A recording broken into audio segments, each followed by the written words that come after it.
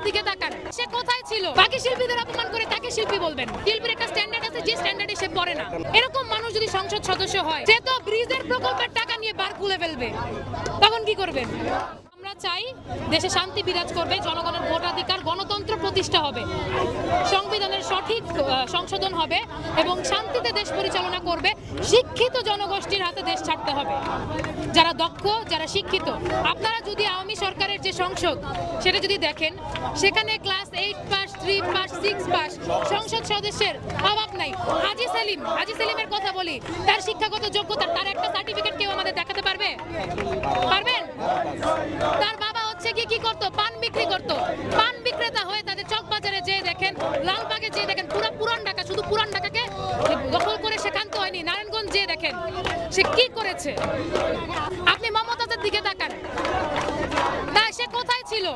একজন শিল্পী না, শিল্পীর স্ট্যান্ডার্ডটাকে নামিয়ে দিবেন না। সে শিল্পীর একটা স্ট্যান্ডার্ড আছে, বাকি শিল্পীদের অপমান করে তাকে শিল্পী বলবেন? শিল্পীর একটা স্ট্যান্ডার্ড আছে, যে স্ট্যান্ডার্ডে সে পড়ে না। আমি চাই না এমন কোনো শব্দ ইউজ করতে যেটা হচ্ছে গিয়ে আমাদের নতুন প্রজন্মের কাছে গিয়ে পিঞ্চ করুক, কোনো বাচ্চা জিজ্ঞেস করুক যে মা এটার মানে কি, এর জন্য সে কি আমি সেটা বললাম, কিন্তু সে কি এটা আমরা সবাই জানি। এরকম মানুষ যদি সংসদ সদস্য হয়, সেই অঞ্চলের অবস্থা কি হবে? সেই অঞ্চলে কখনো উন্নয়ন সম্ভব?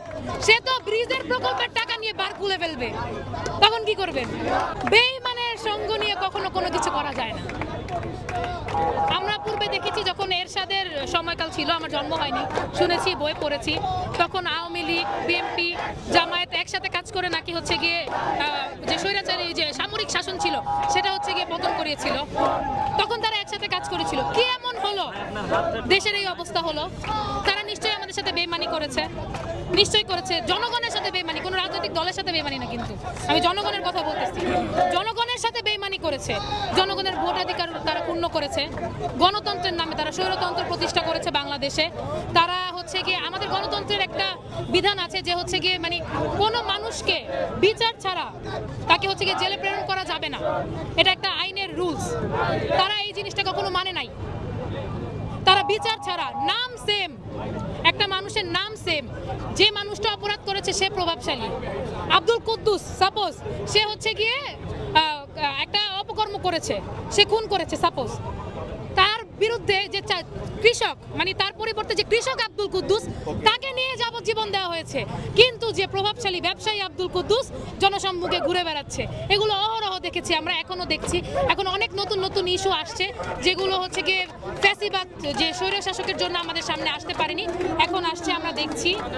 তো এরপরেও কি তাদেরকে এই বাংলাদেশে প্রতিষ্ঠিত হতে দেওয়া যায়?